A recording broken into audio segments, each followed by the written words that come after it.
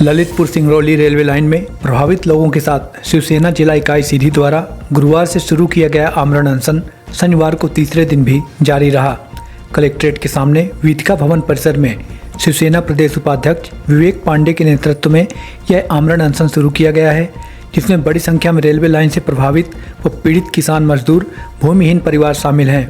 शिवसेना के प्रदेश उपाध्यक्ष ने कहा, जब तक हमारी मांगें पूर्ण नहीं की जाती और प्रभावित लोगों को न्याय नहीं मिलता, आमरण अनशन जारी रहेगा। आगे उन्होंने कहा कि जिम्मेदार अधिकारी चुप्पी साधे बैठे हैं, किसी भी प्रकार से कोई पीड़ितों से चर्चा करने के लिए तैयार नहीं है।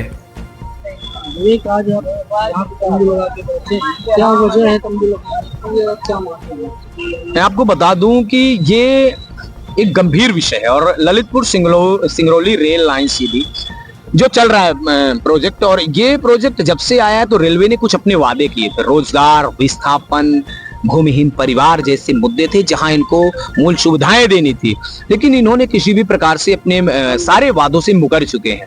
और ये किसान साथी हमारे आज कई वर्षों से संघर्षरत हैं और लगातार आपने देखा होगा शिवसेना भी इनके साथ खड़ी रही है और खड़ी रहेगी। ये विषय है आपके मुख्यालय जहां पे हमारे डीएम साहब बैठते हैं, हम जहां पे बैठे हुए हैं, डीएम साहब के जस्ट कुर्सी के आधा किलोमीटर पीछे नौढ़िया पंचायत है, जहां 500 घर के गरीब परिवार निवासरत हैं। महोदय, आप अपने घर के बगल की में जो है तो गरीब परिवारों के विस्थापन व्यवस्थाएं नहीं दे पा रहे हैं, ये जिले की व्यवस्था कैसे संभाल पाएंगे आप?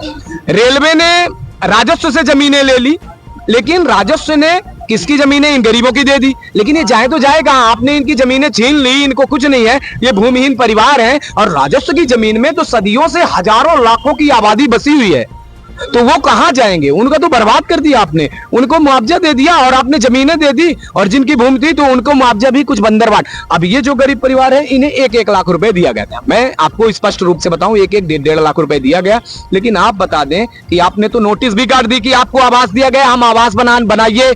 भैया, आप जमीन है ही नहीं तो आवास बनाएंगे कहां? और हम महोदय को 1.5 लाख रुपए कलेक्टर साहब को दिलवाते हैं, जितने हमारे पीड़ित साथी हैं वो दे रहे हैं, पैसा वापस दे रहे हैं। 1.5 लाख रुपए में आप महोदय मेरा घर बनवा के दे दीजिए।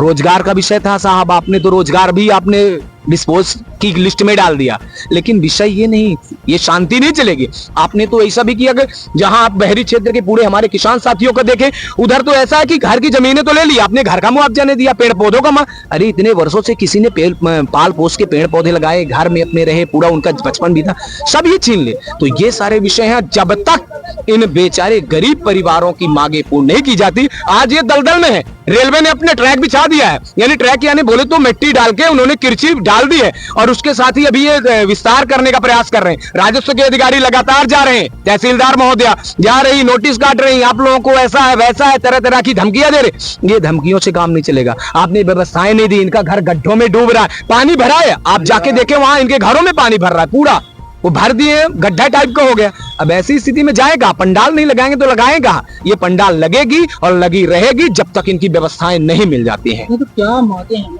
मांगे, मुख्य मांगे मैंने आपको स्पष्ट बता दिया कि रोजगार, विस्थापन, मुआवजा, जो बंदरबाट गलत तरीके से किया गया उसमें विस्तार तरीके से किया जाए, भूमिहीन परिवारों को उनकी भूमि चिन्हांकित करके राजस्व उनको स्थापित करें। सत्ता पक्ष ने भी रेलवे का मामला सदन में उठाया, क्या लगता है महोदय? मैं अपने पत्रकार साथियों से कहना चाहूंगा, लगातार कितने सालों से ये मुद्दा उठ रहा है।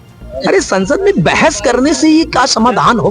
ठीक है, आप लगातार कर रहे हैं, ठीक है, हम धन्यवाद करना चाहेंगे, लेकिन साथ ही आप बताएं कि ये तो चर्चाएं होती रहती हैं, औपचारिकताएं होती रहती, और वैसे भी शासन की योजनाएं मैंने कागजों तक देखा है, जमीनी धरातल में तो आप भी देख रहे हैं कितना विकास और कितनी जनता खुश है इस समस्याओं से।